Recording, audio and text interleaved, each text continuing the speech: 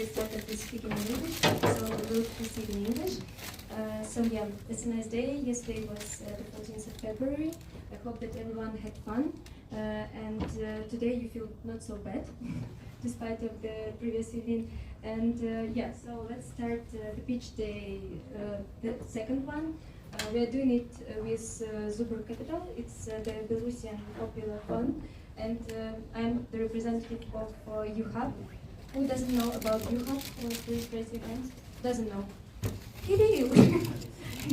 Okay, everyone knows, so I don't need to tell anything about this community. And now Nikita will tell a bit more about probably Zubr Capital, and will tell a few interesting, not maybe few interesting facts about fundraising.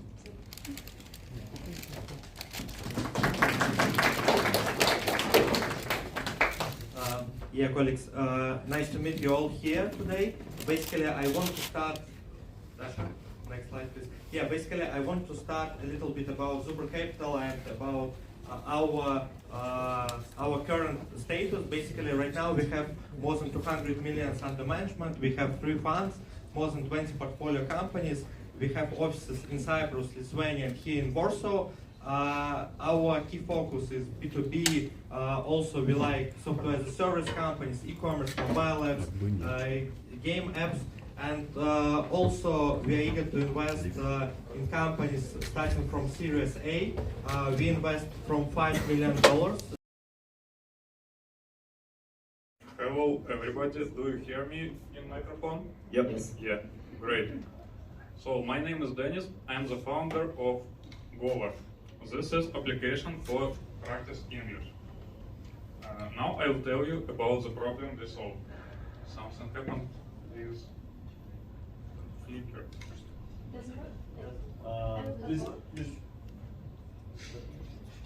Yeah. So there are more than 1.3 billion people around the world are learning English as a second language. But next slide, please. But less than 10% of them can actually speak. Why it happens? Next slide.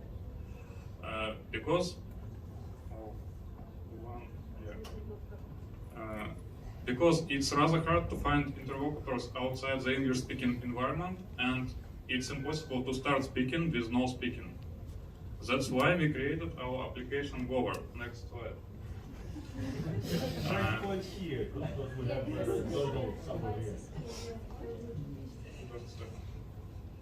When I push buttons, nothing happens. What happens with a little phone?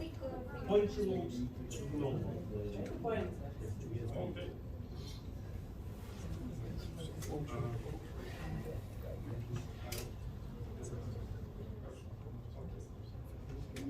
So that's why we created our application Govar. This is online English-speaking club. Next slide, please. How does Govar work? User opens the application and see list of events. He chooses event. We have events every day and 2 events with native speakers per month. Next slide, please. Then he chooses his English level, and in future he will choose the topic. Next slide. And he gets into a video call for 3 to 6 persons who also learn English and who have the same English level. He speaks with them with no tutors, with no teachers. He have real practice, and in future we are planning to implement feature with AI feedback about your speech. Next slide, please. In future we are planning to add other languages. And next slide. And we have a lot of cases and success stories. Here you can see 3 success stories of users who found new job with help of our application. Next slide. Our progress in numbers. We have more than 4,000 registered users. Next slide. More than 500 monthly active users. In this case, we count only users who visit especially meetings. Not just open there, who visit our meetings, spend there in average 1 hour and 20 minutes per one time, and visit 5 meetings per month. Next slide, please. Conversion rate to paid customer is from 0.6 to 1.4%. Next slide.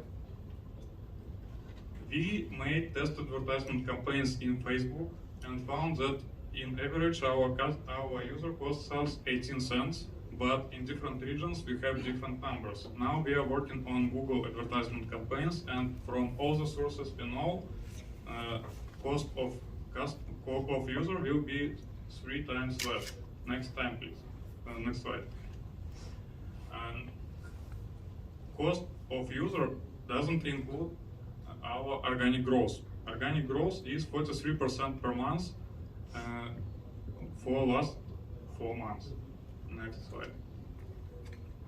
Our team consists of 8 members, and we can solve all the tasks and problems we have, and we could have. Next slide. We counted our market, and total addressable market is 2 billion. Next. Business model consists of premium accounts that give additional features, B2B business model with schools and educational centers of language, and in-app advertisement. Next slide.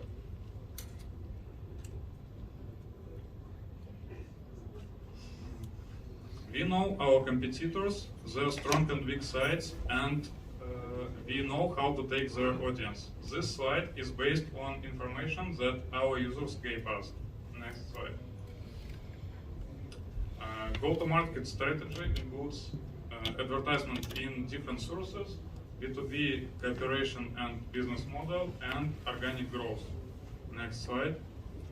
We are looking for $200,000 investments, 130 for marketing, 50,000 for development, and 20,000 for other reasons. Next slide. And our main mission is to help people communicate. When people communicate to each other, they don't have conflicts. Next slide.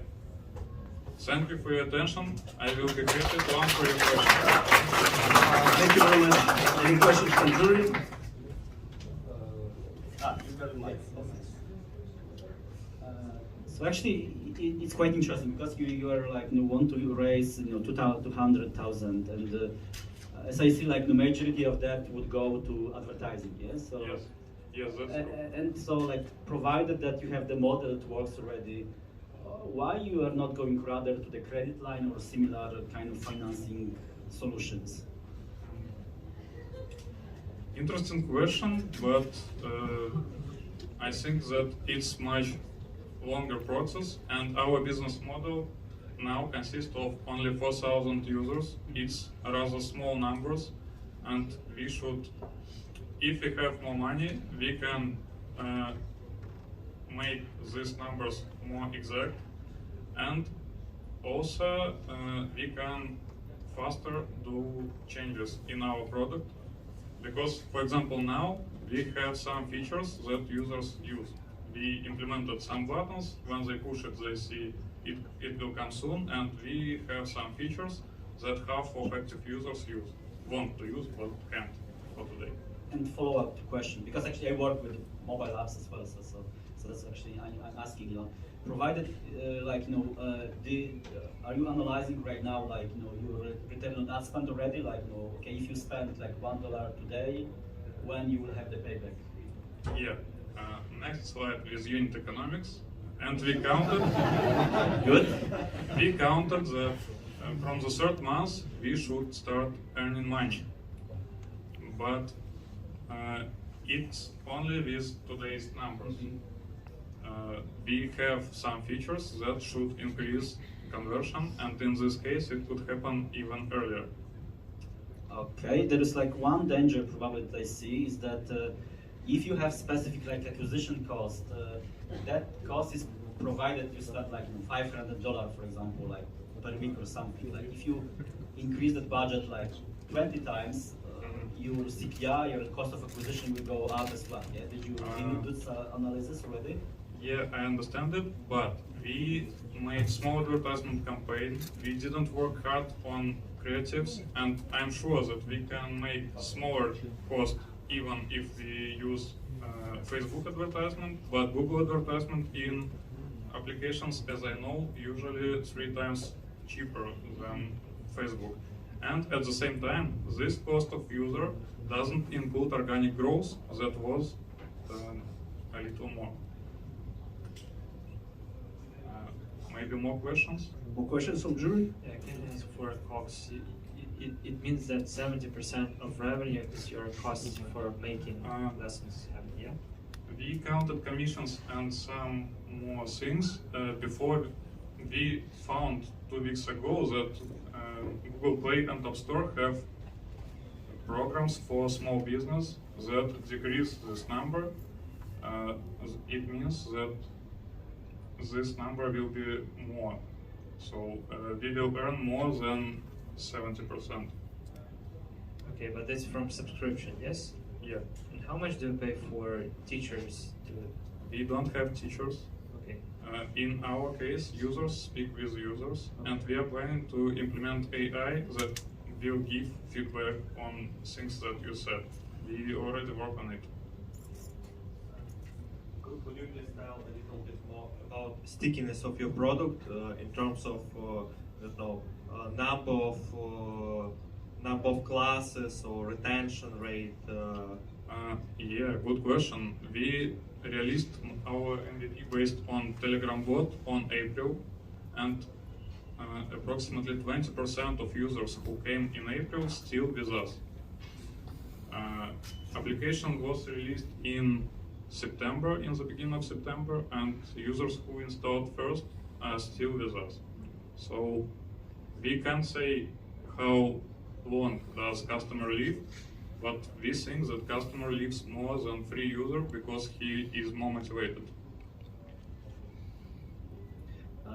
As far as I understand, it's kind of a speaking club, online speaking club.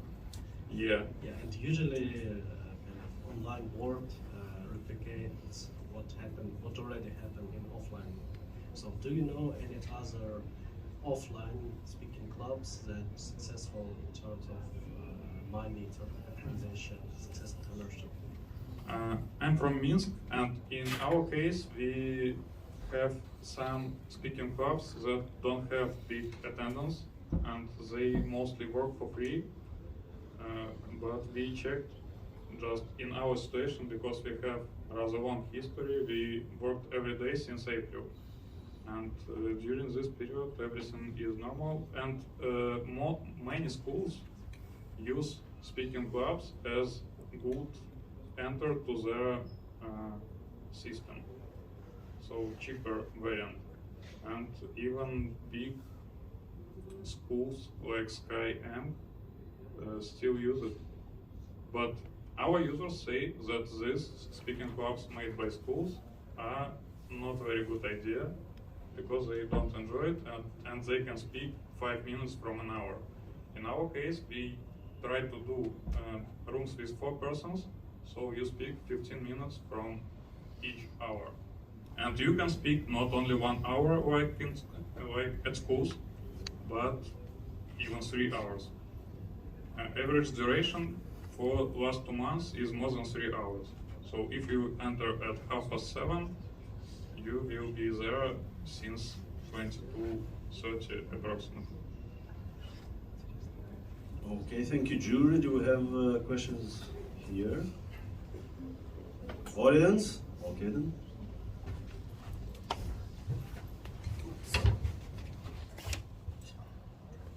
As a fellow creator of social apps, I have a question. How do you deal with moderation? Especially at scale, such apps can flood with toxic content and toxic users pretty quickly. And We needed moderation online, but we are planning to implement button report, and when it happens, someone will fix this thing. We have 2 kinds of moderation. First kind is manual by people, and second kind is someone who have record will be kicked, and then we will think what happened. More questions from the audience? Okay then, thank you very much. Thank you. And the next picture is nativki.com. Okay, you've got 5 minutes. Make sure the clicker is working. Okay, no problem. Right. Let's.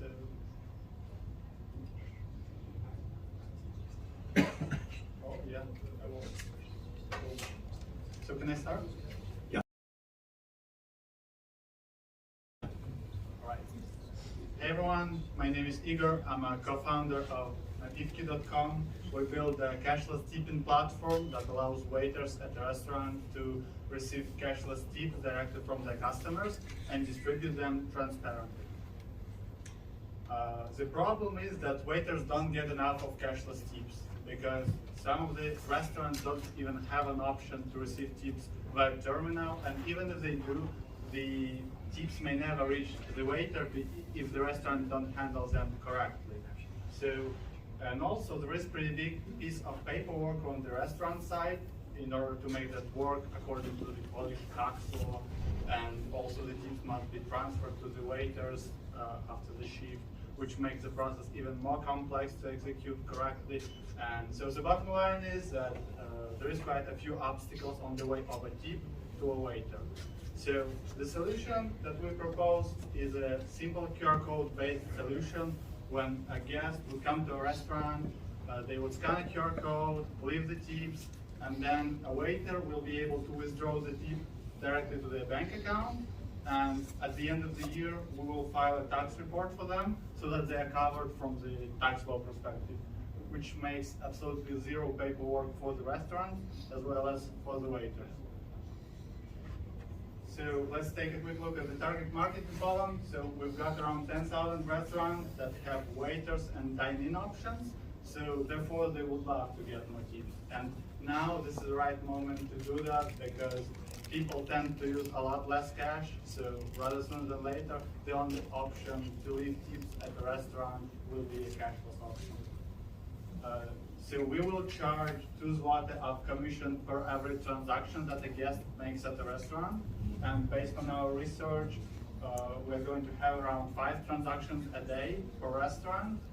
And at this moment, we spoke to about 20 restaurants with customer development, and we have at least one agreement to start with. So we're starting out with 1 restaurant on April 2023, and our plan is to grow up to 663 restaurants by the end of the year. We are going to acquire a new restaurant by hiring salespeople, and 1 salesperson is expected to acquire around 15 restaurants a month. So this number is realistic because we don't have to sell our product to a business owner. It's enough that the waiters team starts using it on their own, which makes the sales process a lot easier.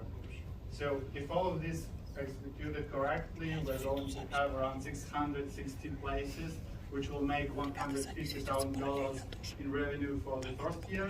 And for the second year, we're going to grow up to 1,500 places and 1 million in revenue. So our competition on the Polish market looks like following. We've got TipTip and Global Tips. TipTip is our major competitor. They have the biggest user base, and Global Tips, they're just starting out on the Polish market.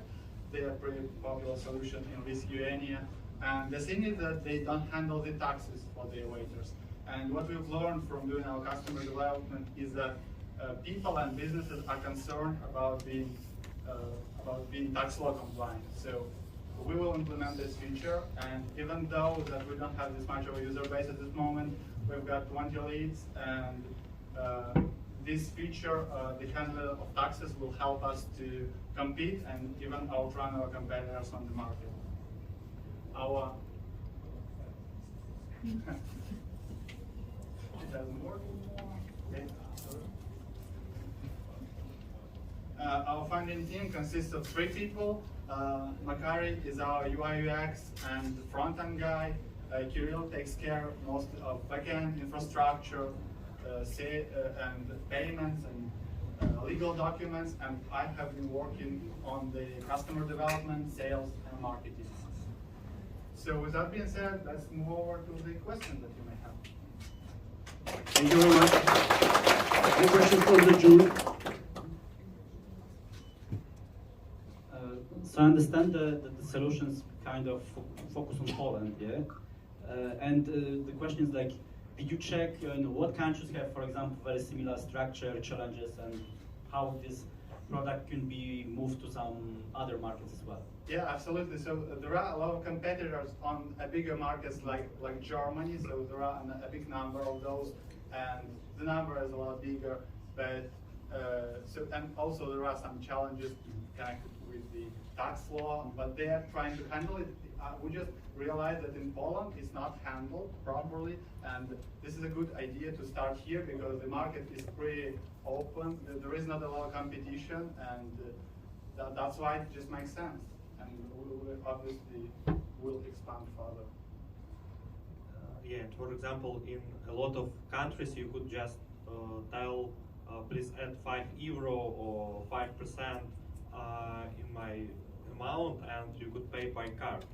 And what the difference between this approach without any QR codes and so on and QR codes? Yeah, this is the thing actually. If you leave your tips via terminal, if the money goes to the bank account of a firm of a restaurant, and the restaurant has to document it correctly, has to handle, has to distribute it among the team member, which is a payroll process. They're using some payroll software to do that, which they pay for, and they're using the accountant time to also do that.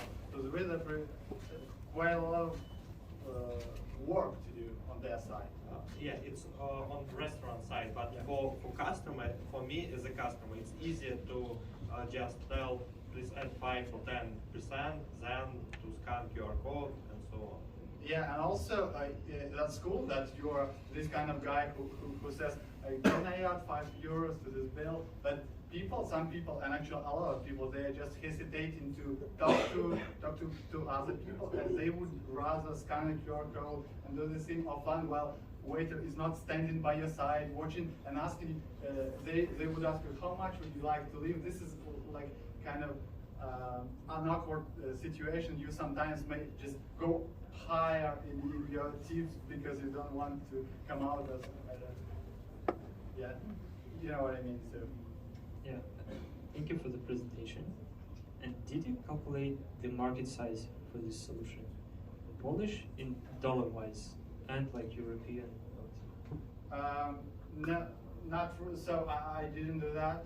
I didn't calculate that in dollars because those numbers didn't really make a lot of sense for us. So we needed numbers to make a decision to start working on this, and we figured out some numbers like how many transactions, how many people leave tips, what commission can we get, and how many money can we make. And as long as we understand that this is something profitable and we can calculate those numbers, they're just not really relevant, wasn't really relevant for us to start. Sorry, another question. Do you know any startups in the field, probably global, who raised some decent number of funding? Yeah, there are. Can you give example? I mean, I don't know their names, but there is. I actually yesterday was doing the research, some research additional, and I checked that some of them like got around 2 million of investment, and I wasn't checking every company, but some of them sponsored by Visa. I guess they got a lot more of investment, so I'm pretty sure that there are big numbers here. And like how much you are raising right now in this case? Well, we would like to raise, I guess, $100,000 to start with. So this would, well, actually, all this plan that we've got here, we will execute those without any funding, without self-funding, because we've got the team, we've got the resources. But we would love to get some small funding, like 100,000, to grow it even faster. We would do it in a lot faster pace if we. And what is the stage of the product right now? It's kind of, and how much time you need to finalize it, validate it? We've started doing customer development like a month ago, but we already have the team, the build team. We work on the different solutions that did work out well. So we are starting to acquire first restaurants in April, so like in a month we're going to start already delivering. And you said that you don't need to sell the solution to the restaurant. You don't need to sell the solution to staff. But what do you think the restaurant will think about that, like your waiters using some kind of third-party solution you don't have access to? So did you talk with restaurants about this? Sure. Yeah. Actually, and there are some examples even here in Poland we talked to. Normally, restaurant owners they say that they don't care, and tips is anyway they don't get any income from the tips. So this is only the work additional that they have to do. So they don't care about what their waiters using to get the tips.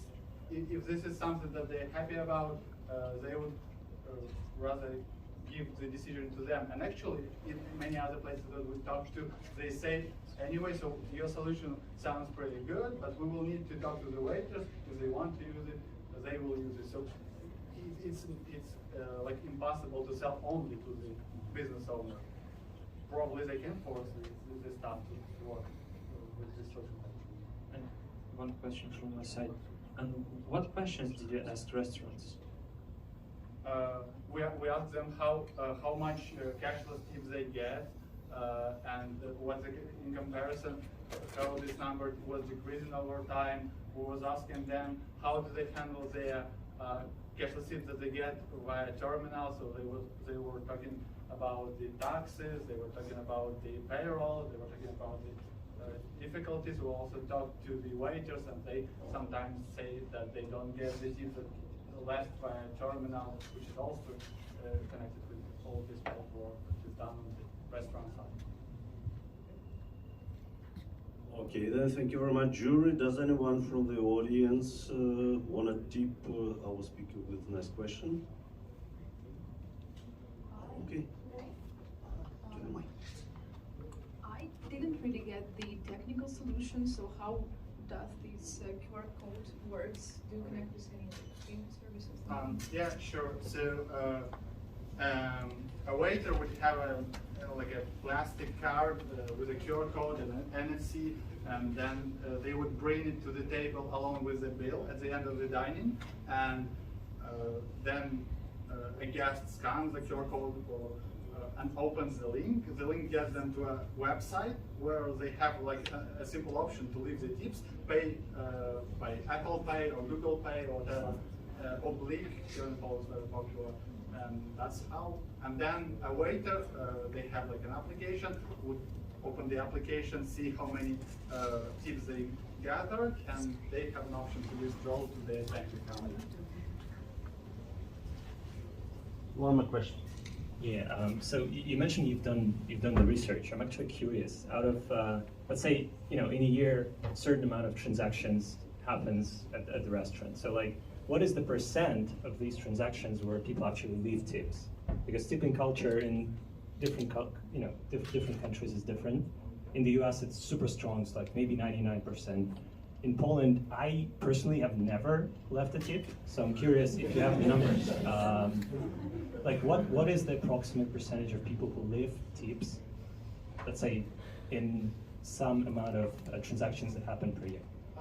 Yeah, good idea. Actually, good question. I didn't find a good number like from the internet on what the percentage is for Poland, but I found the number for Germany. It is pretty high. It's 90%, and at least from what we've learned from talking to people, we learned that a lot of people leave tips. At least that's what waiters say. They say a lot of people leave tips. Most of them leave cash. And taking into account that cash is going to be no longer an option in a few years, they will need another solution anyway. Well, thank you very much. And the next startup is FeelQueen.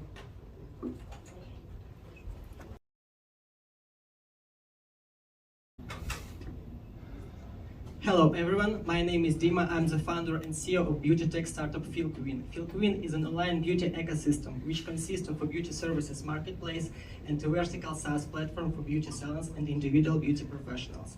Our goal is to bring together all beauty industry representatives and their clients in one user-friendly ecosystem to improve and simplify their everyday beauty activities. Any small business constantly needs a stream of customers. In beauty salons, the workplace is empty at 31% of the time. It's a lot of unearned money. In beauty industry, it's very important to return a client. Average beauty salon has lost 850 clients during its life cycle. For those who has a stable customer base, need a tool to automate to prove their work with regular clients and salon employees. Nearly 55% of Europe beauty salons still don't use any digital tool or CRMs. In turn, every day, thousands of people spend time looking for the right beauty specialist, calling and texting in social networks to find out free time to book beauty services. But 90% of clients prefer to book online instead of calling.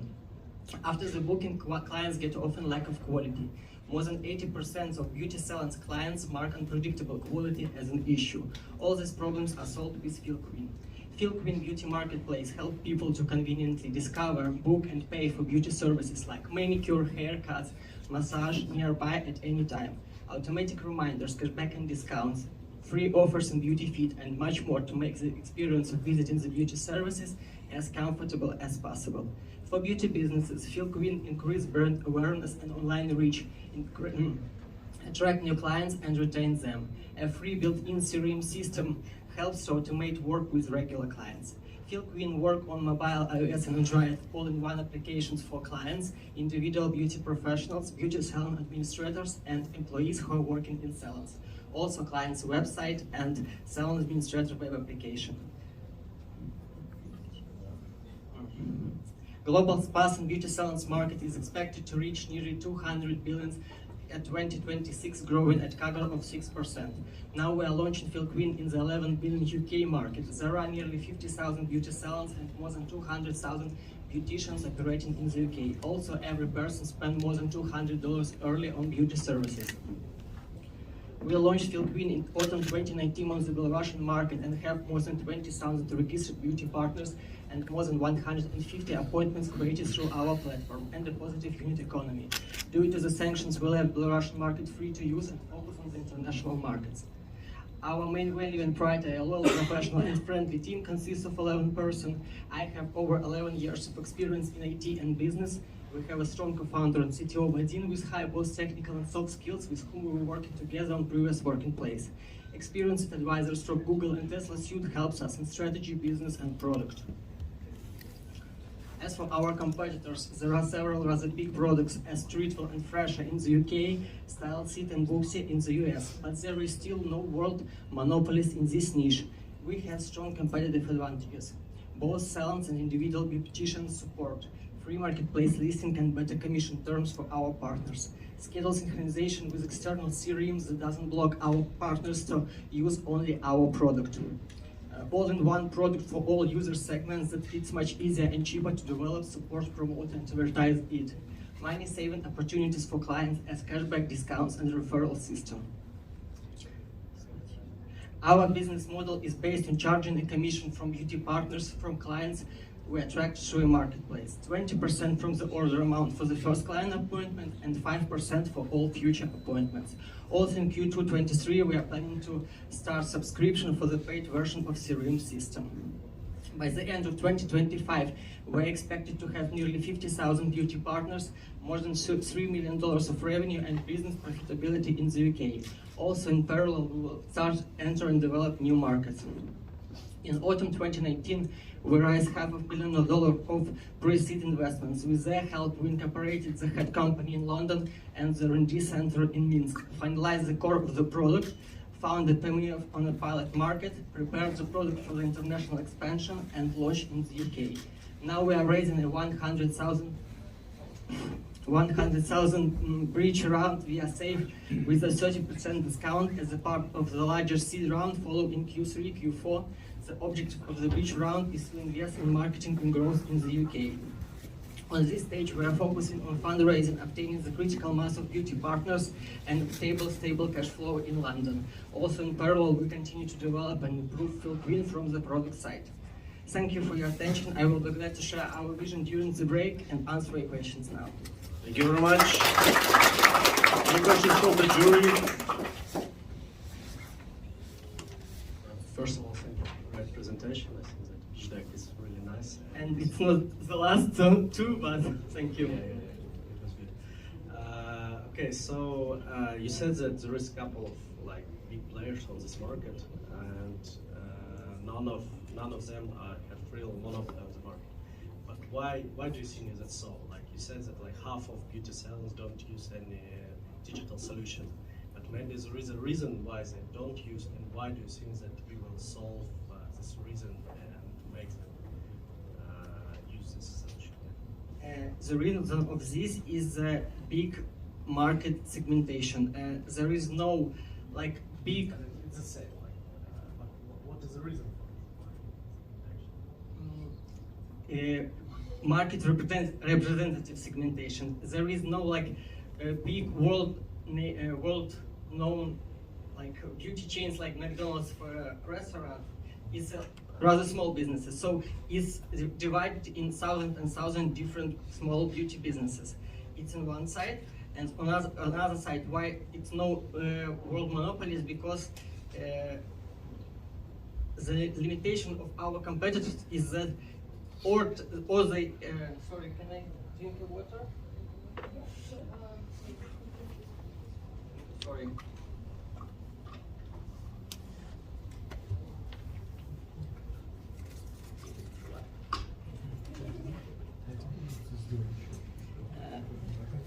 When our competitor entered to a new salon, for example, they are asking, do you already use some digital tool? It's two possible questions, yes or no. If no, they can sell it to them. If yes, they say, sorry, we can't work with them.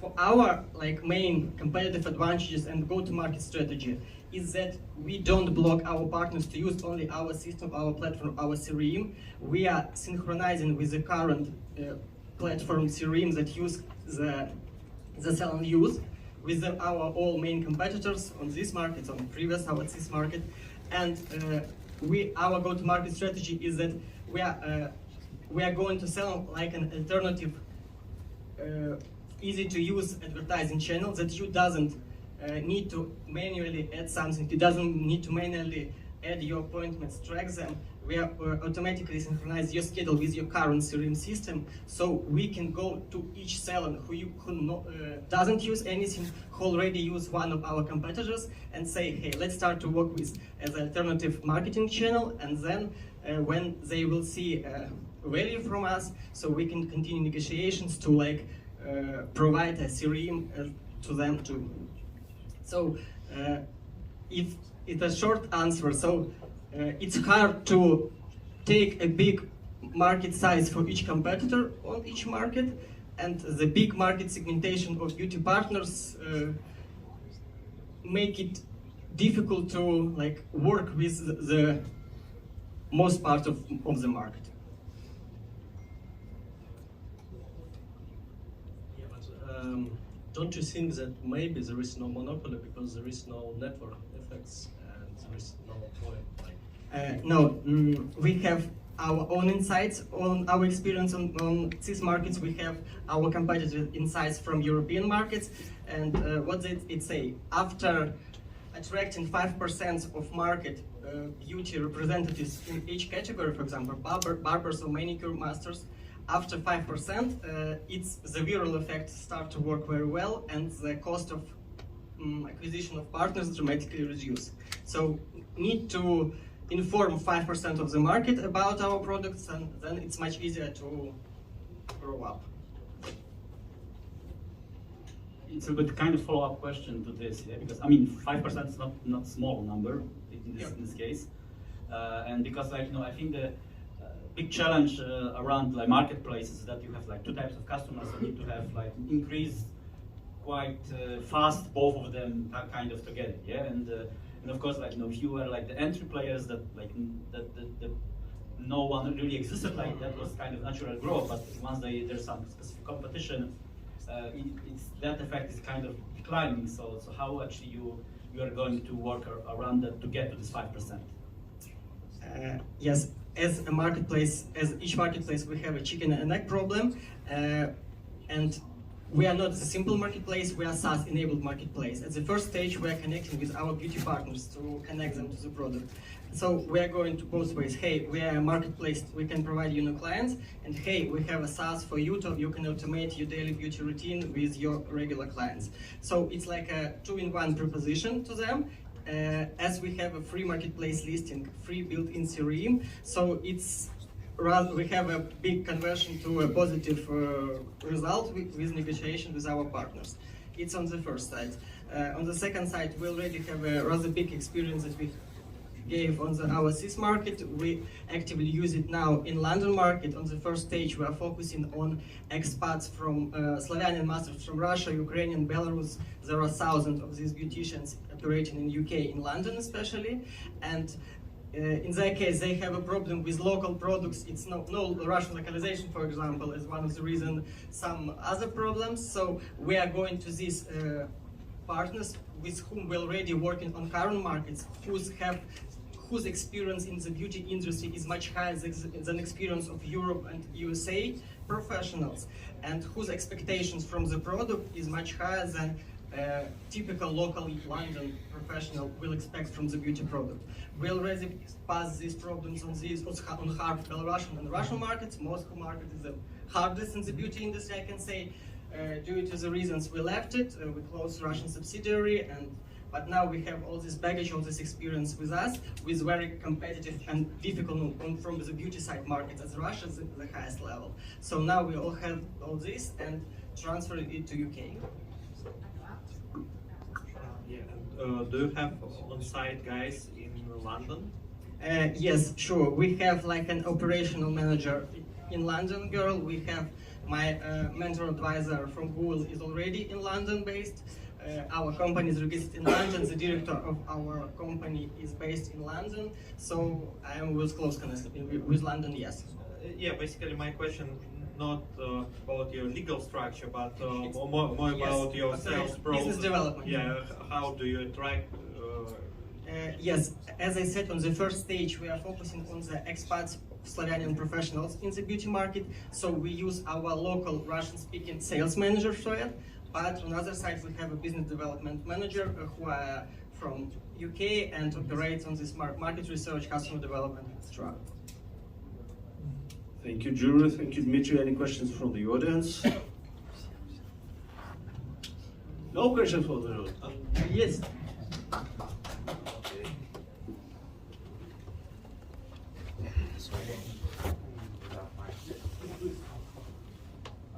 Thank you for your speech. So maybe the only question, there is a big part of these private entrepreneurs who work in beauty sphere, and you mostly mentioned beauty salons. So what is your target business? What businesses are your target ones? Yeah, is it for big salons mostly, or for private entrepreneurs as well? Thank you. As I said, one of our competitive advantages is that we are working both with beauty salons and individual professionals, as not all our competitors do. On the first stage of our product, we have only individual beauty professional support because we are starting on the Belarusian market. It's a very big part of industry consists of self-employed beauty professionals in the Belarus. So we firstly work with them. Then when we have entered the Moscow market, the Moscow is a beauty salons market fully. It's the main part of the business. So we finalize our product for that part of the industry too. And then COVID was, and for beauty industry, it was time when a lot of salons was closed, and a lot of professionals who were working in salons switching to move to work at home, and then they doesn't return to salons. So the part of the self-employed beauty professionals after the COVID is dramatically increased. So we see a big potential in this part of the market too. But the salons for a long time they will exist. We see them on the streets, we see them on the Google Maps, so it's a part of market too. So we are focusing both on the two segments. Thank you. And one follow-up question, just why I ask, because those people who work as private entrepreneurs, they usually have a really tight schedule. They all the windows are busy, and they usually use Instagram as the main CRM. And what's the reason for them to use, let's say, your tool to share their money with you if they can use Instagram instead, and they will have all these people, Yes, they don't share their money with me. Instagram, they use, as you say, they use Instagram for messaging, for CRM, for appointment, etc. They spend time on that. Every professional spends nearly 40 minutes a day for these communications with their regular clients. With our software, we can save these 40 minutes without any reducing in clients' comfortable, and other side, it's increasing of that.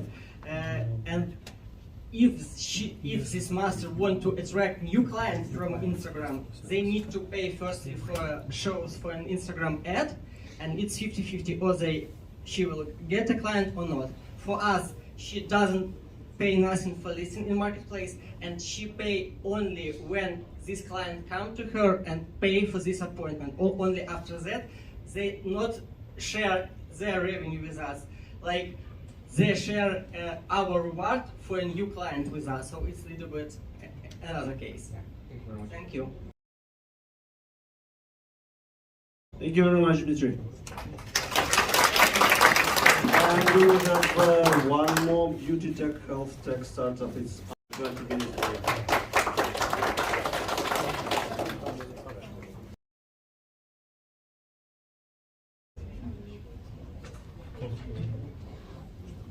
Okay, can you hear me well? Okay, great. I'm another my founder who speaks very fast, and I also want to change with the industry, but a bit different way. The major problem in the industry, as I see it, is it's enormous industry with very low penetration technology, and let's go into some details. I guess nobody will argue the fact that women spend a lot of money on beauty products, and what is curious is roughly half of these products are not used in the end. And no wonder. I know from my own experience, it's very, very, very hard to find a beauty product that actually fits your goals. So on average, it takes 7 days and multiple touch points to buy or choose one beauty product. And we have, in the end, as you have seen before, the result is not so good. So we have a solution. Amake is a one-stop app for choosing and buying beauty products that is designed to streamline the whole process. Basically, we eliminate the guesswork from the process and allow users to buy products in a couple of minutes. We offer easy input and fast recommendations and large database of skincare products and ingredients. This is our big vision. Right now, we're a bit far from it, and we have a mobile app that allows users to take a picture of a beauty product and get all the information about it, like reviews, ingredients, and all other relevant data. User can also create and share collections with friends. Our main goal at this stage is to build technical gap in 3 key areas. First of all, we have already developed a recognition model. It's a best-in-class recognition model for beauty products, and we have 95% accuracy in testing environment. We already have the database of ingredients. Full database might be also the best in the world, and 300 products in our product database. And recently, we started working on our own proprietary recommendation tool. We understand that with this solution, we compete with a lot of players in the market, from beauty bloggers to large marketplaces, but unlike majority of them, we are not limited by our inventories, and we offer recommendations for free. Yes, I'm saying for free, the app is free, and it will continue to be free until we get critical mass of the users, as our idea to monetize this product with the marketplace model, and it will happen a bit later. As I mentioned before, this market is huge, and it's expected that it will grow additional $300 billion in the next 4 or 5 years. We plan to start our penetration in the market with 4 English-speaking countries. Altogether, they account for 25% of the whole global market, and there are more than 100 million potential users in just these 4 countries. I personally believe that it's the best time to entering the market with such product because of number of big brands that dominate the market right now. First of all, the number of beauty brands is growing. Like every star has its own beauty brand, and now it's even more difficult to choose the right beauty product. Additionally, sales are shifting from offline to online, and users demand greater personalization and more naturalism. And we have some proofs of this in ourselves. So we launched this we made a soft launch like 5 weeks ago, even more, end of December, and we got around 5K users in a couple of weeks with small influencer campaigns in TikTok. And all in all, the cost of install for us was less than 20 cents. And we believe that our core advantage is a very strong technical team who has experience in startups and retail. We are particularly proud of the fact that the majority of our key roles are occupied by females, even in tech team, in data science and iOS development. And these people are actually using the product themselves. And I use the product, and I have experience in retail, venture funds, and I was in a company of 40 people before I launched this product. And my co-founder Vera is experienced product manager in IT. We closed pre-seed round last fall. It was angel accelerator round, and we used this money to create this prototype and create this technology. And right now we're planning to raise another round, pre-seed round in spring. We plan to spend this money mainly on improving technology, launching Android version of the app, and continue our experiments with user acquisition and retention. And we're actually very proud of people who invested in us before, but I can talk a bit about how useful they are very long. So let's go to the questions. Thank you, Andrei. Jury, you're welcome. So you mentioned this critical mass. How long do you need? How much money do you need before you get to this critical mass? Yes, we believe that it will take us 2 rounds, this pre-seed round, and with this pre-seed round, our goal is to get good understanding of what is our unit economics, and then we plan to scale during normal seed round, and later this mass we have. Why it's important? Because one of the core features of this app is recommendation. Yes, we got it from the users. So basically, okay, you show us ingredients, you show us reviews, but we don't want this. We want just a simple number or simple answer. It's good, bad. And this how we approach this problem is not from ingredients, yes, because there are a lot of different data. Is ingredient bad or good, and you don't know what is actually the right answer. The data. Yes, scientific data. Yes, one scientist says this, another says this, and you know who is right. We approach it from a different perspective. I would say that YouTube and Netflix basically on lookalikes. So we know this person, we know people similar to this particular user, and what is her beauty bag, because this dependency with taking pictures allows to get understanding on what the user is actually using. And what he's buying from different stores. So we have this data, we have the understanding how to make this lookalikes, but we need at least 1 million active users to make it work properly. And how do you get the data of what this person buys in different stores? Actually, he or she takes how real user case. First of all, when user download the app, the first idea, okay, I need to understand, should I trust this app or no? And the user goes to the bathroom and takes pictures of what she has. And actually, if she likes the idea, we have people who have more than 100 products in their beauty bag. So they do this, and we see this from the pictures. But and we also add in some gamification mechanics, take all the pictures from your beauty bag and get something useful. For example? So, the best partnership we have with our startup, so they get free subscription to app. I guess most of you know this skin eye that can help you to identify if you have any skin problems. Could you please tell about stickiness and retention of your product? How often your client use your product? Okay, yes. This is a good question because it's the app you use every day. Yes, you don't buy beauty products every day.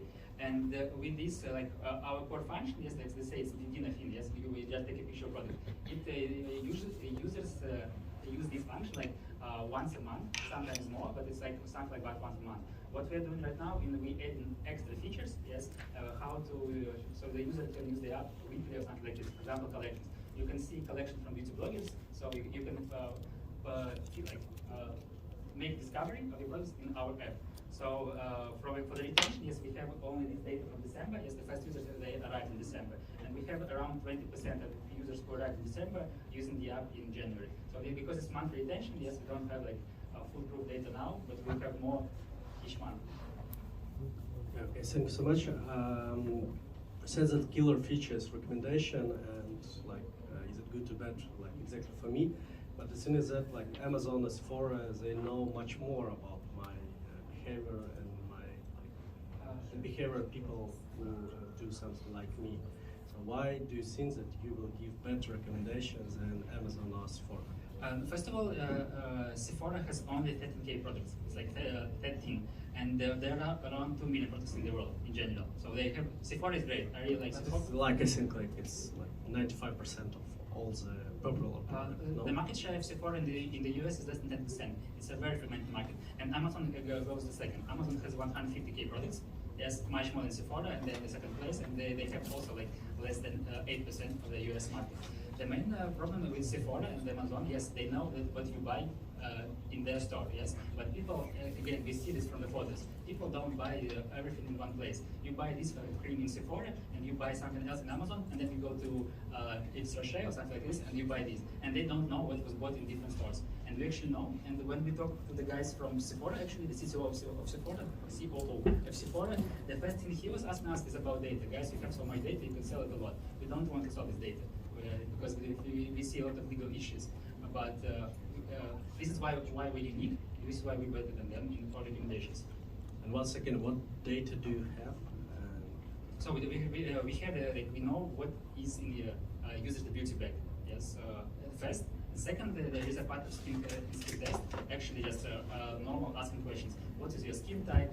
What are your skin goals? What are your favorite brands? What is you prefer? Don't prefer? It's right now it's quite small. We have only 6 questions. They're just to test if the users are willing to answer these questions. They are willing, and right now it's been further. So this data from them. So maybe I didn't catch it, but how do you know that someone bought the product? Because we know it's it's in his beauty bag. So you see from the pictures are different. Yes, first of all, you see the picture and nobody asked, but I will tell you, it's not actually about using these apps in the store. Yes, the major case, and we hope the people will be using like this, and they're doing it. We can ask the audience, but a lot of women have print screens from TikTok or Instagram of beauty products. So basically, it's not that you go to the store, you saw something interesting on TikTok, you make a print screen, and instead of googling it later, you just upload to the app and you create some collections, etc. So, and you definitely see if this product was a screenshot, if it was in the store, if it's the box, or yes, the majority of products, and it's actually a big problem for us right now. The majority of products from the store come in boxes. Yes, and from the bathrooms, like normal. And our database was initially built on products without boxes, so we gave them another sector. The question is on monetization. You mentioned that you will have an affiliate program. It's it's an idea how to check marketplace model before launching the marketplace. It's just easier to implement. Okay, won't you face any contradictory bias when you would not recommend the product for the person that is in your affiliate program? Yes, it's a very, very important question for us. So because it's marketplace, you need to select sites. Yes, we want to be on the side of users. So basically, our idea is if you so if you don't have the product, in our case, yes, we will leave this user to our competitor and work every day. At this stage, we want the users to like us. And so did you analyze what kind of range scaling need to get to this point when you can really think about this process? Yeah, what's number of users, number of products, with affiliate model, yes, so we will launch it, I guess, by the end of the year, because it's very easy to implement. You have a lot of let's say companies that did it for you. So there are beauty affiliates model that already have Sephora, Ulta, Store, all in their program. You just need to have one contract with them and use their software. So to test this is quite easy. What is difficult, yes, is to make this recommendation tool, and we need, I guess, 1 million active users for that. Monthly or day? In general, during the whole period, we need data from them. Okay, and we've got some time for a short question from the audience. Anyone? Okay. Yes.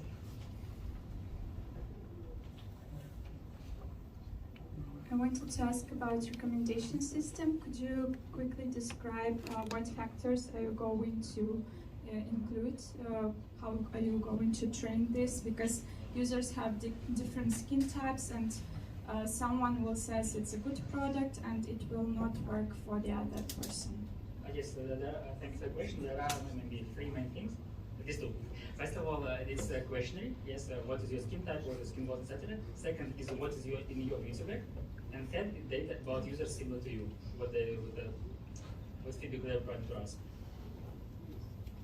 Okay, thank you, Andrew, very much. Thank you. Я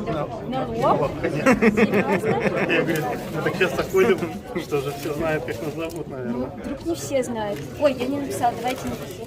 Тебе. Леша, и как тебя представить? Понятно. Humans. Мы тут коворкинги зарегистрированы. Humans, ролл, сетё. Нет, я же архитектор. Пока. Надо стартап тоже выбрать себе какой-нибудь. И уже тогда.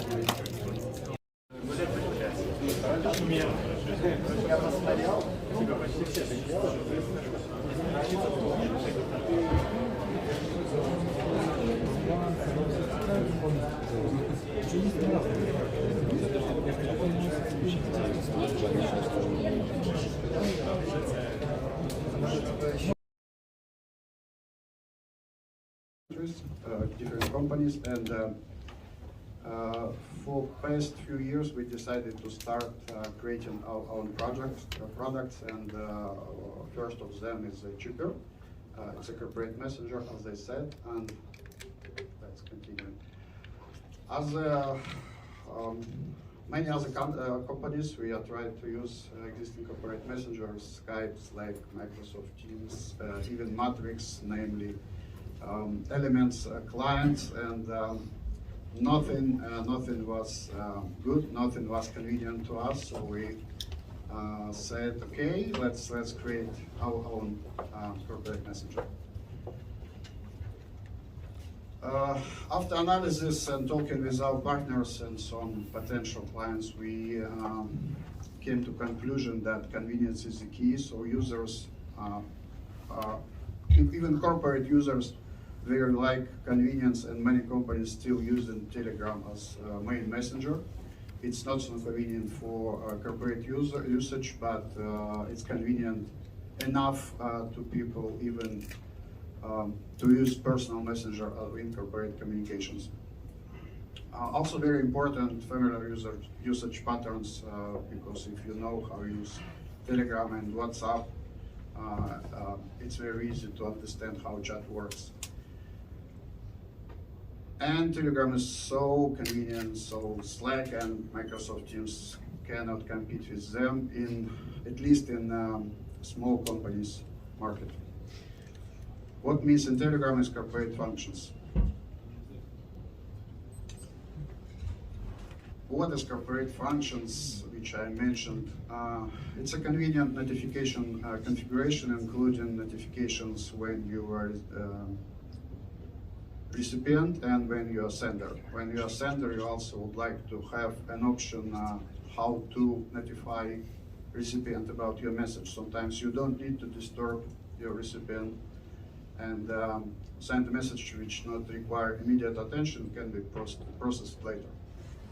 Also, as a corporate user, I would like to see accurate user reachability status. For example, if I see that person is not behind PC, I can consider that probably this person take a break, and probably I don't want to disturb this person, and just write the message with notification only on desktop. Another function of corporate messenger is the synchronous communications. It's most likely as email. So you send in a message which do not require immediate attention. You can get response in few hours or even few days. You can sometimes you can specify it. We're currently working on such feature to set reaction frame to our message. Also, it's important message threads. Namely, a couple of days ago, I discussed this issue with another Telegram user, and nice lady said that they're using Telegram in the corporate communications, but very, very messed up with a lot of information and different contexts, and creating a lot of chats just to keep data consistently. It's very inconvenient because simple consumer messenger do not support trading. Also, data security and ownership is very important because almost of corporate messenger currently proposing SaaS solutions, which means that all of your data, all of your communications are being located on their cloud, and you have no idea how it's been processed, who reading that, and how it's safe to in case of failures and in case of some security breaches. 30 seconds. Okay, our vision, communication convenience is the key. That's why Telegram is very popular. Voice and video messages will grow, and we need to get prepared for such kind of communications.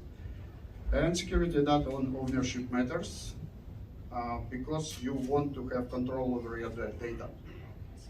This is how it looks.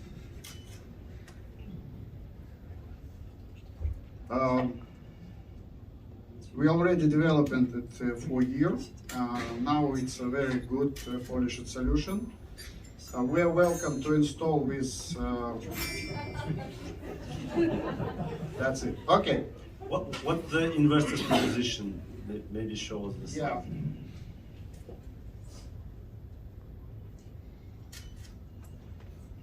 Currently, we're looking for pre-seed round, acceleration, and some promotion mentoring.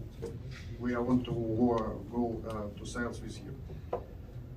Okay, thank you, Alexei. Jury, have you got a question?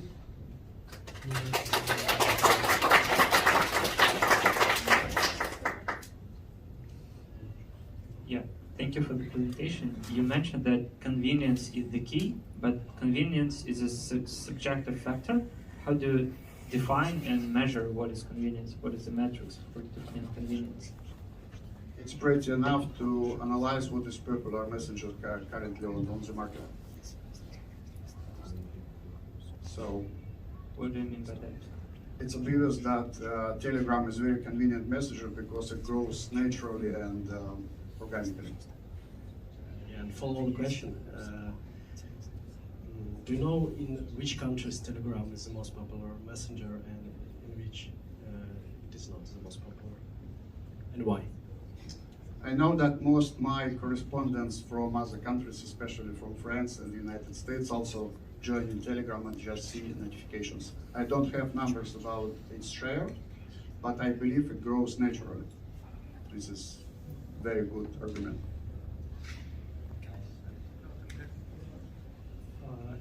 Could you please tell regarding key purposes of change, for example, Microsoft Teams or Slack, and to start use your product? Because, you know, as you said, really Microsoft Teams or Slack, they are very sticky because you have a lot of history in these messages. Yeah, and why do you need to choose Microsoft Teams or Slack and use your product? Yeah, it's a good question. Currently, we do not address this pain like migrate my data from Slack or Microsoft Teams. The reason to migrate is probably good implementation of threads and better implementation of notifications.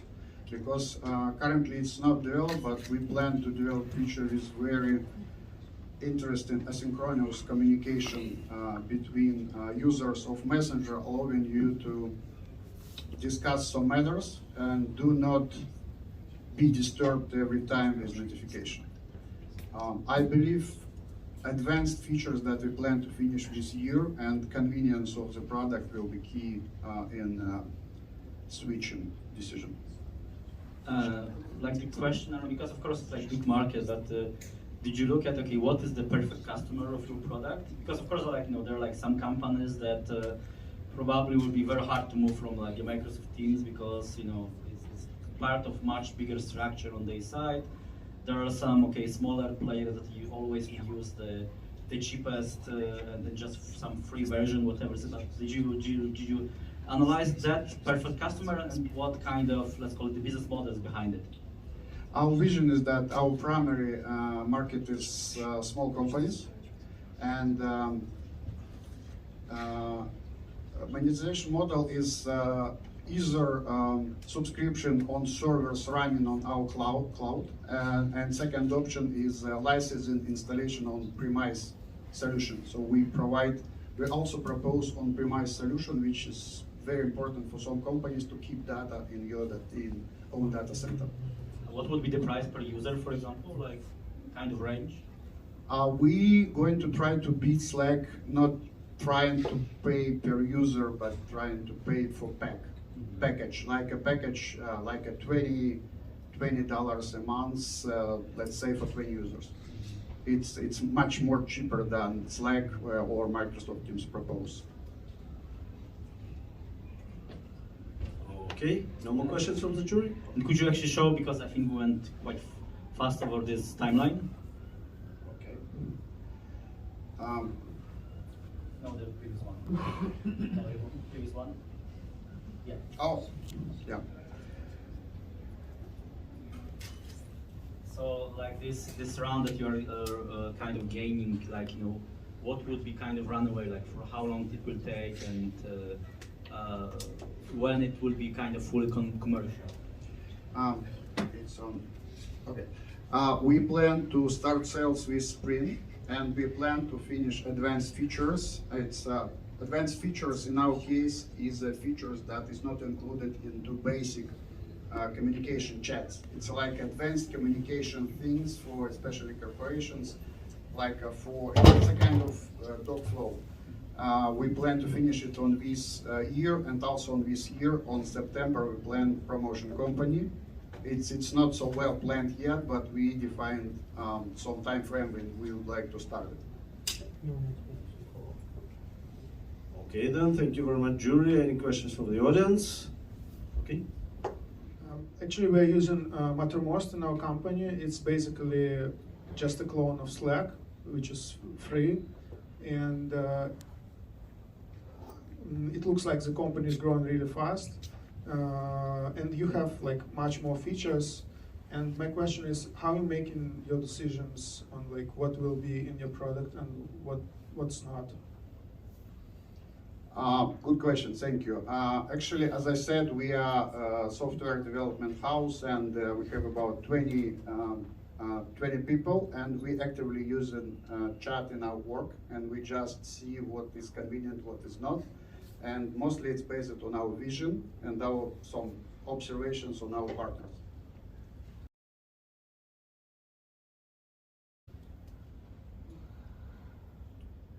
Okay, thank you, Alexei, very much.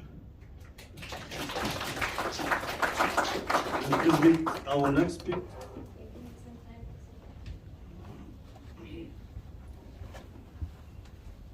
Let me remind, it's Dmitry Gorodov, who was a co-founder, right, Ivan? Yeah. But now he represents MeetSlides project.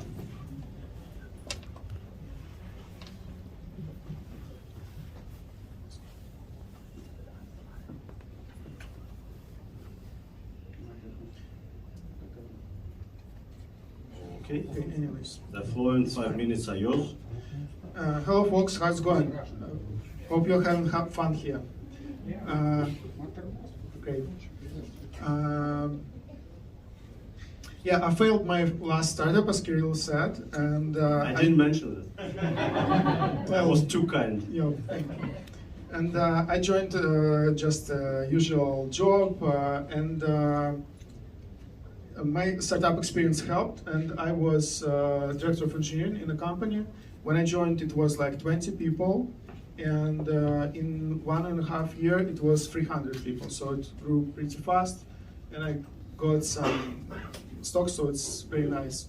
But you know, things getting boring, and I learned some stuff. And while the company was growing, I needed to educate lots of people, engineers, project managers, technical product managers.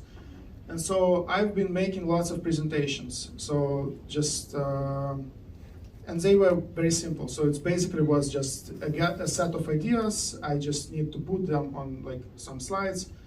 And but the thing is that I took too much time just making those presentations.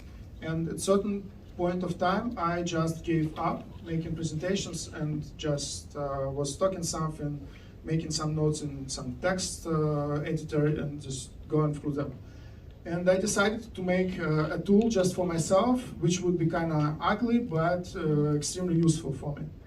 And my guess is there are quite some people like me who create presentations, and they care more about content of the presentations, about making a change, about educating people, about like getting the job done rather than like decorations or some other things. And so I've made MeetSlides. You can go to meetslides.com and it will be there. And so the main problem for me with Google Slides was distractions. So basically, if you have to create a slide in Google Slides, you need to, if you want to create a slide, what you want to do, you have to do, oh, you need to think what I have to do, right? First, then you go and click, I want to create a slide, plus button, right? Then you need to move your mouse to the block area where you would edit, and then you provide types and text. And let's try this here. This presentation is not shared, doesn't matter, we create a new one. Okay, so, and I want to create a new slide, the situation, like I have some title, let me type this here, okay? Okay, and then I just, this is the topic of the slide, and then I want to say something, right? So I just as I need to press plus, nice, and then I need to type some text, and this is some idea, right? Idea. And then let's see how it works. That's how it looks, right? So you just click, you just need to think, you just need to adjust, you adjust fonts, styles. So it's, and I've created certain like templates of presentation. So it was like, and I've needed to make like 5 presentations a day. So, and it was very inconvenient, like, problem for me. And so I decided just to create my own tool. I'm a software engineer, and so why not? Okay, so it was the example here. It was the example of how to create a Google slide and how it works afterwards. And so you need that, yes, go through the whole process. And some of you asked for the previous presenter about how we would measure the convenience. So the convenience is how many actions a person should make to perform certain action. And we just created a slide, typed it, and that's what we got in the Google Slides as a result. So that's what we have. And with my product, it's very easy to create presentations. So let me, I don't know.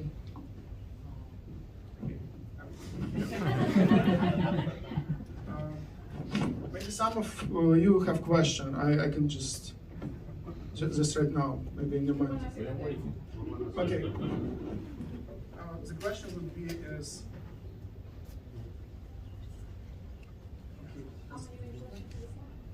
Okay, presentation is redone. Okay. Yeah, no demo today. Okay, sorry. But the point is, here is my product. So basically, it's very simple. When I press enter, I just. You just used your 5 minutes, but I believe the audience is intrigued. So,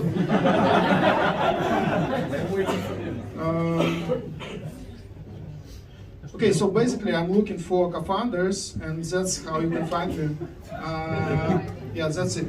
So it's a very simple tool. The main benefit is UX, and totally easy to create ugly presentations, and probably in future we will make them beautiful. Thank you. Thank you, Dmitry. As an older person, may I ask a question whether it's somehow overlaps with ChatGPT technologies and auto-generational services? Yeah, AI is kind of cool topic, and what I need to log in, okay?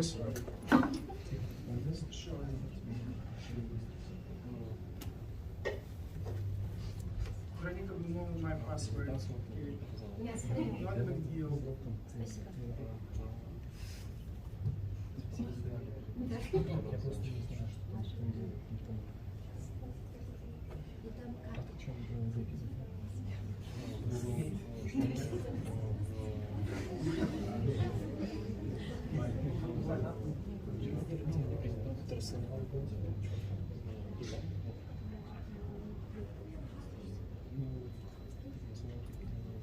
Okay, somebody have to ask the question now. ChatGPT, okay. So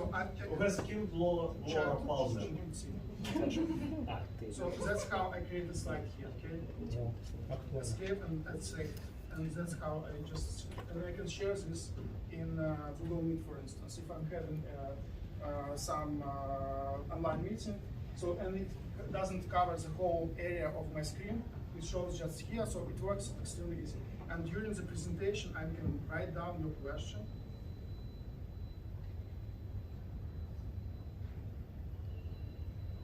And then the answer. So if we have, for instance, some sales presentation, where you can write down the question by your potential customer and type in your answer and send them a link, so they immediately have your answer.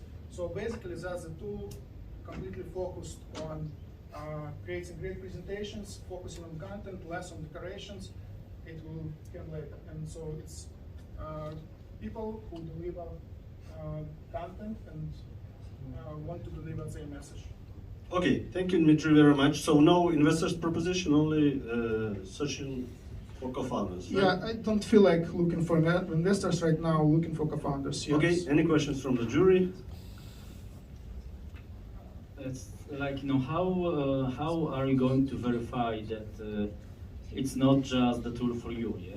Because there is like, how you define the audience and how big is that audience, or did you kind of thought about that already?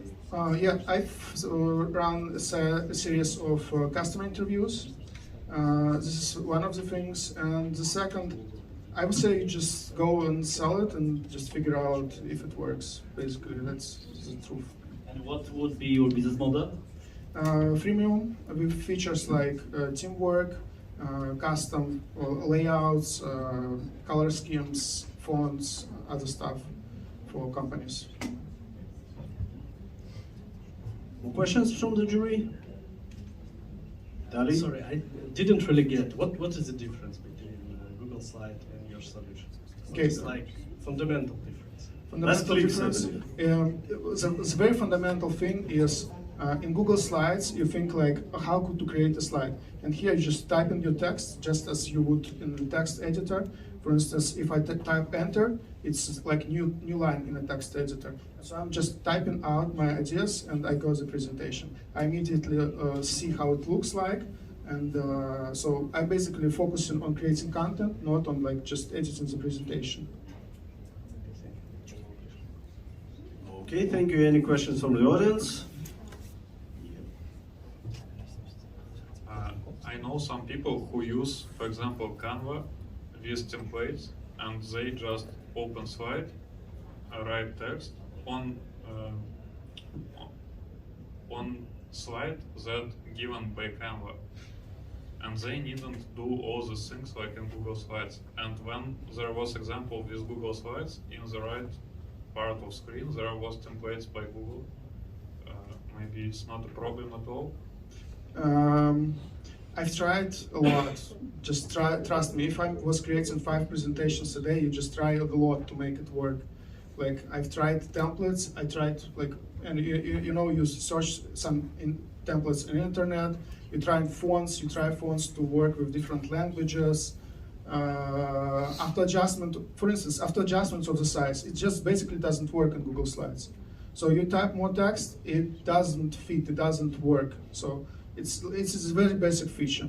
And Canvas, yes, there are lots of competitors. I'm not saying like I'm just the very new and the most clever guy here. So PowerPoint, Google Slides, Keynotes, obviously it's just large multi-billion-dollar products.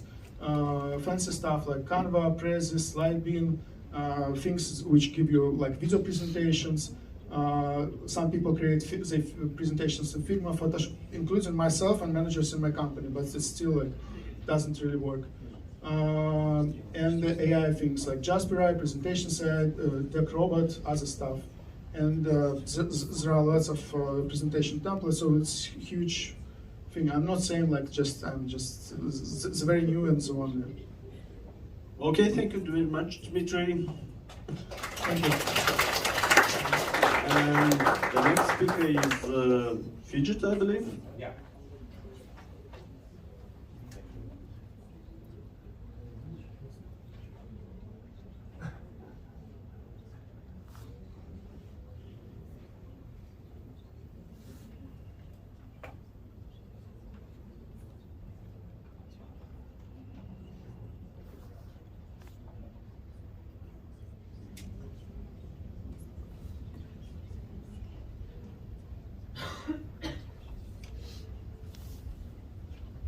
Hi guys, I'm Oleg from Phygit. I'm CPDO in Poland and Europe, and our co-founders are in Ukraine and USA, and they cannot get here, so I hope my expertise will be enough for today. We help our product, we help physical products sell themselves via digital personalization. The way customers buy is changing, and these days they want more personal and digital experiences even when they're buying physical products. They are willing to pay more for personalization and are ready to share their data. Basic labels have been around for generations, but they're great for branding and providing basic info, but they have no they're missing that personalization and customer engagement. And of course, they do not provide any data of the end customer to the brand at all. That's where we come in. Phygit helps to accelerate sales by turning physical products into two-way communication channels powered by engaging digital tools. With a simple personal link on each label via NFC tag or QR code, very easy to implement and use, no manufacturer code and no consumer application is needed. With Phygit, brands can engage with customers throughout the entire life cycle of the product, from before purchase to after sales feedback, loyalty rewards, cross-selling and much more. And on top of that, any product powered with Phygit turns into a completely novel experience for different customer segments. Our pilots have shown amazing results with twice faster sales and one time 72 in activation rate on engagement side. And we made it very simple to launch with no-code CMS. We charge a license for a fee for every scan, starting from 2 cents, only from 2 cents, and a higher payment for every label. And of course, we also have subscriptions.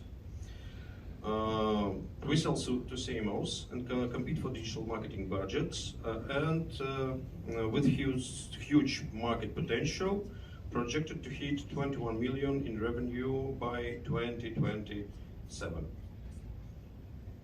by our estimations.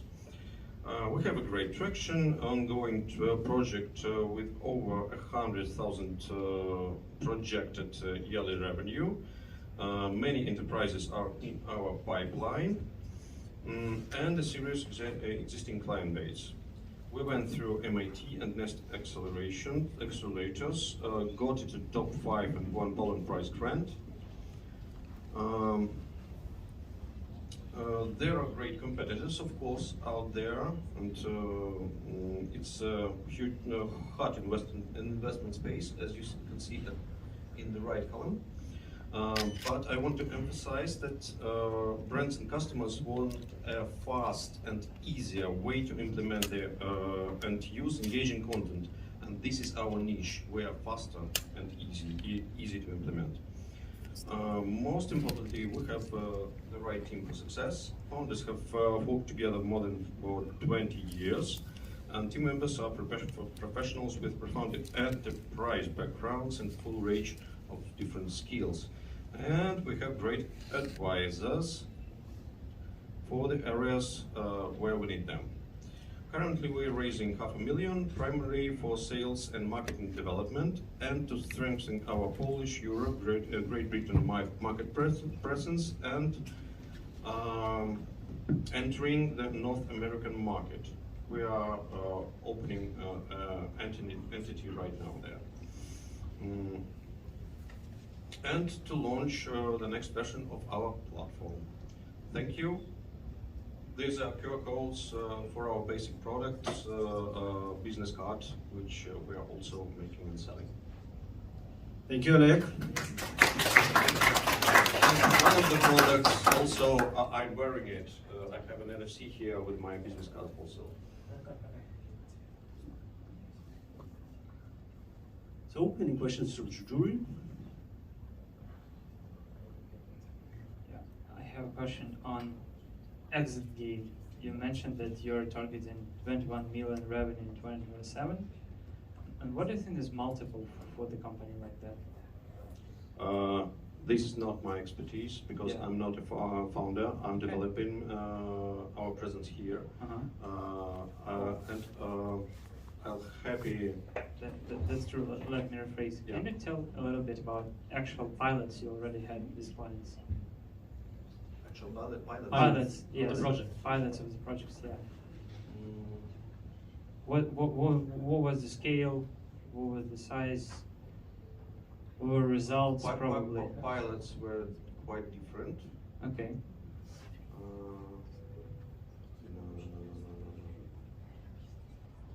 Excuse me, different presentations, pilots were there.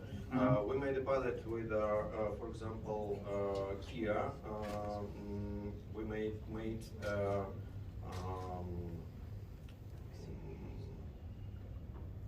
I'm sorry, Relog. Yeah, for car keys with an NFC, and every driver could order a service or watch anything about his car or anything, just tapping his phone on his car keys.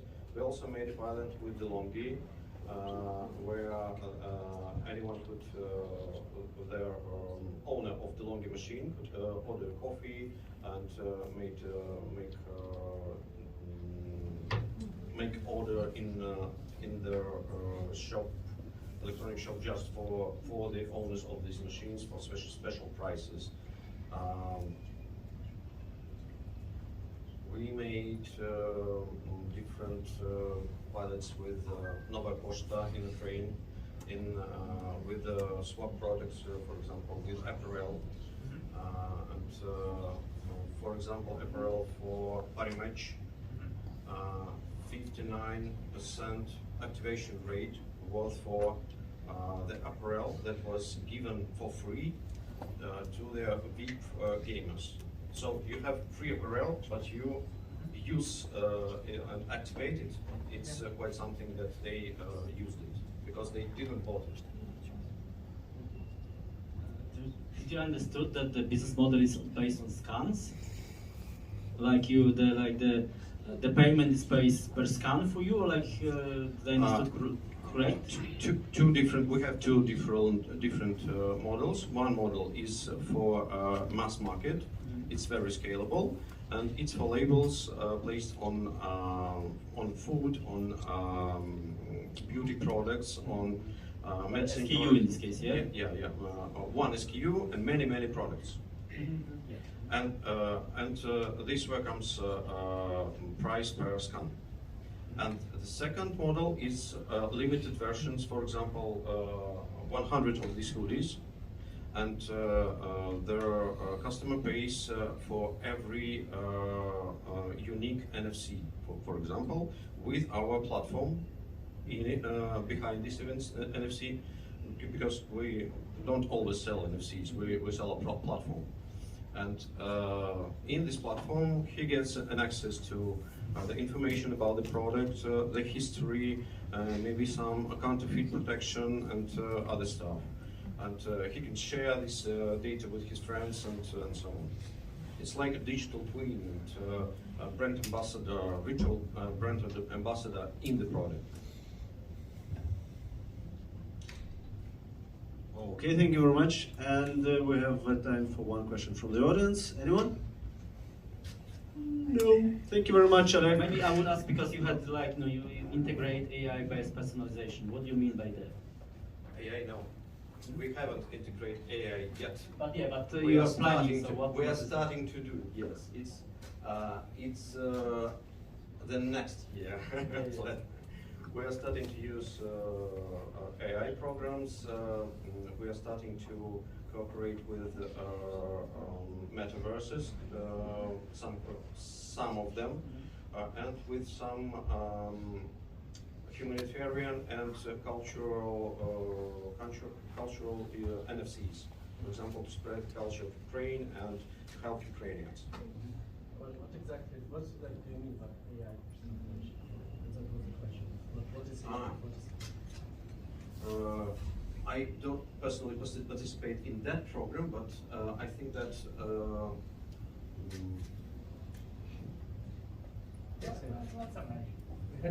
let's imagine. Yes. We have personalization is this CPG products for mass market, which our cross sales and page representation are different for different people. For example, for male and females and something like that. And we can use AI to get back to make this better. Okay, thank you very much, Alec. And we have the final startup. It's Humachi, please. Welcome on board. Hello, everyone. Hope you still have energy for the last pitch deck for today. Do you? Okay. So, my name is Olga, and today I'm going to talk with you about hiring. Just imagine the platform that can now assess the skills of your ideal candidate just by a professional community, and it will take just 30 minutes instead of 1 hour and $100 instead of $500. Why I'm so sure in our success? Because I'm a part of a team of professionals who have an immense experience in the respective fields. So right now you are thinking that there are so many platforms like this, and you're absolutely right. But none of them have the professional society, soft and hard skills tests which are verified by this professional society community, and none of them have competency database. So we solve the following problems. We give the real tools for the business to assess their talent skills. We save money, we save time, and for the talent we save time, and we give valuable feedback. So how does it work? The business describes the requirements for the talent. Talent passes the soft and hard tests, and Humachi connects business and talent if their match reaches more than 80%. So once again, I will emphasize our uniqueness. It is professional community, up-to-date, verified soft and hard skill competency database. According to our research, 43% of HRD who took part in our research are ready to pay $100 per talent. So, and they're ready to pay because we save up to $400 per talent on pre-screening, and will not lose the junior with the senior skills, because just skills matter. That's very important. So this year we are going to launch our MVP, create our professional community. We will create our test system, release our product, and start our marketing campaign. So the next year we are going to expand our product on different markets and different industries. I have already mentioned our numerous competitors, but you already know our advantages. Our potential market is huge, but we will start with the IT sector and IT companies. By the end of this year, we are going to have 8,000 subscribers, and we are planning to have revenue up to $9 million. But to reach these KPIs, we need investments. That's why I'm here and ready to answer your questions. Thank you. Thank you. Questions, please. Gentlemen. Yeah, and could you please tell us what do you have right now in terms of your platform, MVP or something? Just now we are creating our community of professionals who will create the tests for us. So we are just on our MVP stage. And could you please tell regarding how does it work? So you will ask your community to assess potential candidate? First of all, to create the test itself, because there are lots of tests, different tests, and they are all on the different stage of their verifying and so on and so forth, and some of them are really very weak. And we want our community of professionals to make real tests to whom you can trust, that you will know that it is the real test that can really assess the skills of your talent.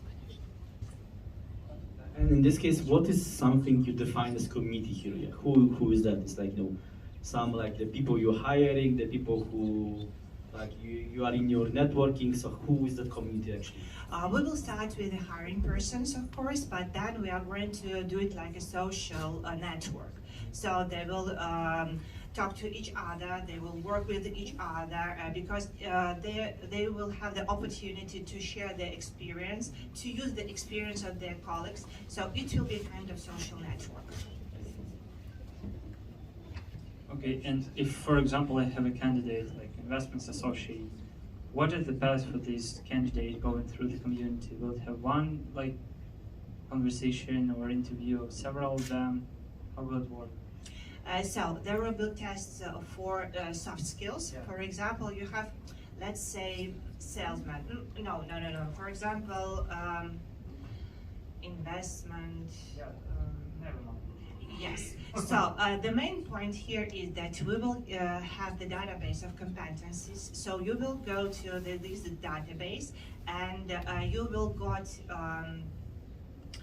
the competencies that this analysis, I don't know who, that will be an investment analysis, okay? Analytics. So, and you will get the competencies that he should require, that he should have. So, it is okay for you. You just put it on our database of talents. The AI will scan tests of the persons who has the resumes according to this investment analytics. And if there is a matching between your requirements and his tests, more than 80%, then you will be contacted. And where is the community take place? The community will create these tests for the talent to pass. Okay. But all other paths is only like interviewing, verifying. No, the community doesn't have any connection to that. It is just on the part of the business. Okay.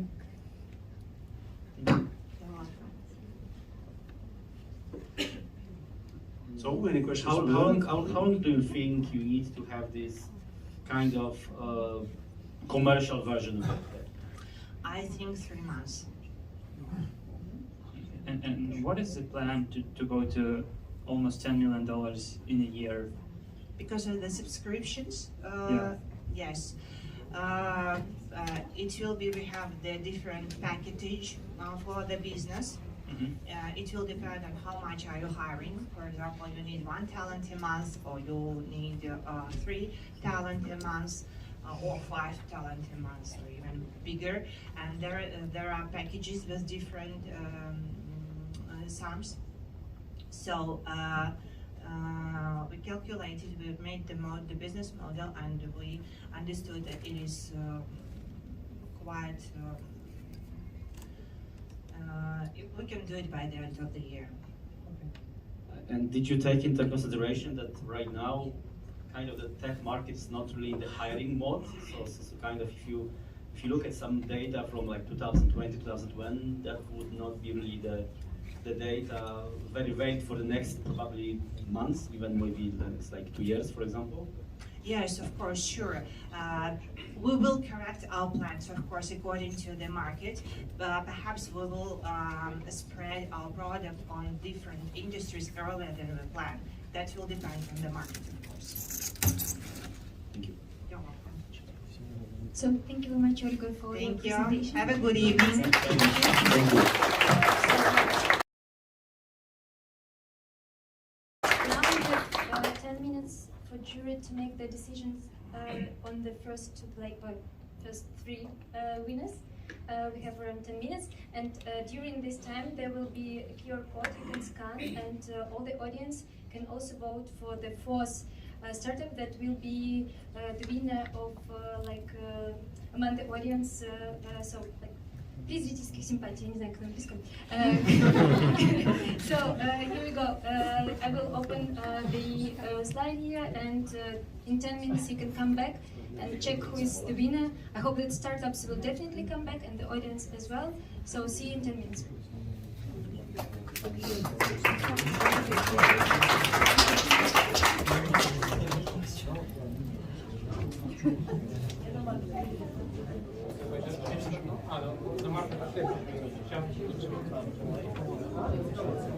And one more important thing, я скажу на русском, это очень важно для стартапов. На самом деле в зале присутствовали 4 учителя английского языка. Ну, не учителя, они преподают английский, и для тех, кто хочет улучшить свой English, это не то, что я говорю, что у вас плохой английский, просто как типичный это бонус к вашему выступлению. На самом деле все большие молодцы, очень круто выступали, видно, что готовились и все старались. Но вдруг, если вы захотите улучшить ваш питчинг перед инвесторами, наши крутейшие учителя во 2-м ряду сидели и делали пометки, и они смогут для тех, кому интересно, вы подойдете мне тут, напишите, скажете, скинуть комменты, чтобы ваша презентация звучала еще круче и выглядела вот такой вот бонус. В общем, для всех. Надеюсь, что вы не испугались, не расстроились, наоборот, это классная штука. Да, 10 минут, все.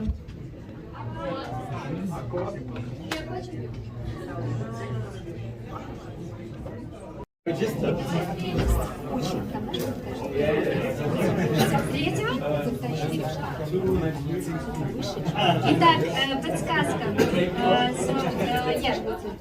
The winner of the third place, I'm not sure if I speak right in English, the teachers will tell me if I'm right, so is the one that you see on the screen. So the third place goes to FeelQueen. And it coincides with the audience point of view. So the second place award goes to, what do you think it is? I want to be like the showman, but I'm not. So Amacare, the second place. And the first one is I'm sorry. So yeah, I can't speak.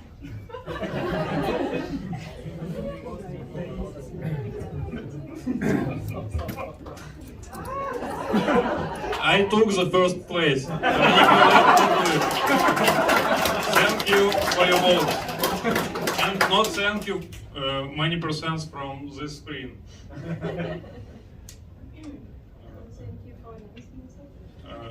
Yeah.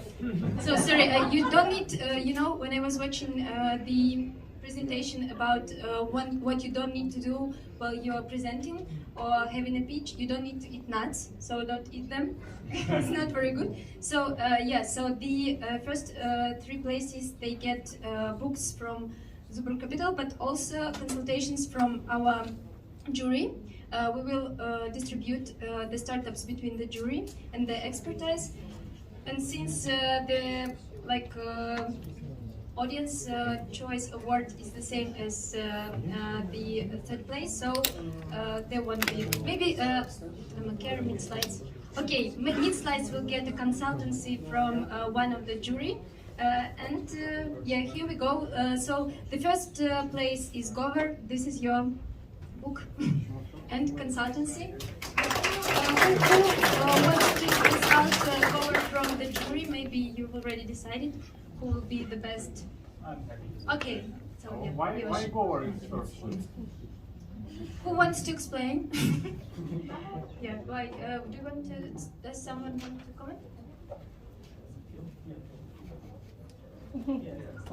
Yeah, basically we decided, yeah, we have pretty different opinions regarding the first place, yeah, and we have, yeah, pretty different. And I was for Govar, and the key reason for me was that we, as a fund, we analyzed a lot of business models in terms of English education or some type of educations. And basically, a lot of models are loss-making due to the fact that you need to pay teacher. And in case you somehow eliminate teacher, you start to be a pretty profit-making business. And basically, in this idea, we like this idea to eliminate teacher, and this could lead to potential really big profit-making business. And so, execution? We will see. But we have it. We see it. I'm not about my startup, I'm in common, but people come to show the execution as one of the parts. And do you see the best execution from Govar? Yeah, it's very discussable question. Yeah, let's discuss it after we announce all the winners, as we have a networking part. We still have time, yeah, but this is the question to be discussed probably on chat or with the investors after we announce the 2nd place, yeah? Or do you want to add something, yeah, Miłosz? Yeah, I mean, I kind of know, I like the Govar as well in the way that there is for sure market for it.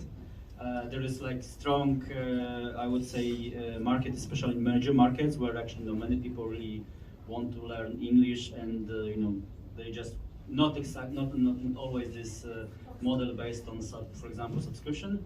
And then there is kind of really strong growth, for example, all this chat-like based services, for example, on the Google Play as well. Yes, I think that's kind of course the execution is a bit different point, but it's kind of, you have of course ideas at different stages. Yes, that's kind of. Yeah, thank you very much for explaining your choice. So Amacare, Andrei, woohoo! And who wants to consult Andrew? Yeah.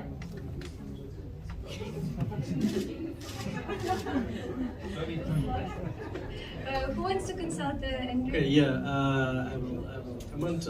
Okay, so we actually had like 2 voices for the first place for Govar and 2 voices for Amacare, and I voted for Amacare because actually at this early stage you actually need 3 things. You need strong team, you need big market and great problem to be solved, and you need a kind of curious mind and energy to find solution for this problem. I think that Amacare has all of these ingredients, so at this early stage it's like really winners, so they did a lot of great research. Pitch was really good.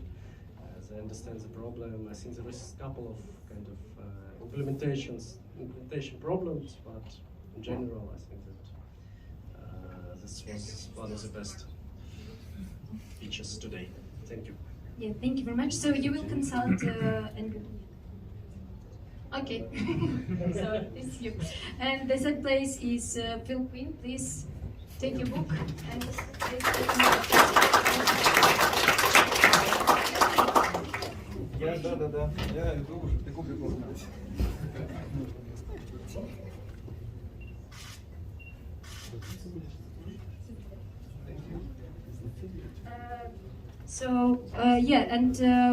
Who will consult FeelQueen? Nikita, okay. And as I've told, MeetSlides get the Audience Choice Award, and who can consult? So you will. Do you want to do? So you should remember your consulting. Thank you very much, everyone, for coming and taking part in the pitch day 2. So I've asked the audience if they want to go to after party, but they're still hesitating. So do I. So am I. Yeah. So probably, if you want to go somewhere, there are 2 places you can go. One of them is our partners, but yeah, unfortunately, this part from our side is over, but if you want, you can continue talking and drinking and so on and so forth. So thank you very much for coming, and see you next month. Thank you.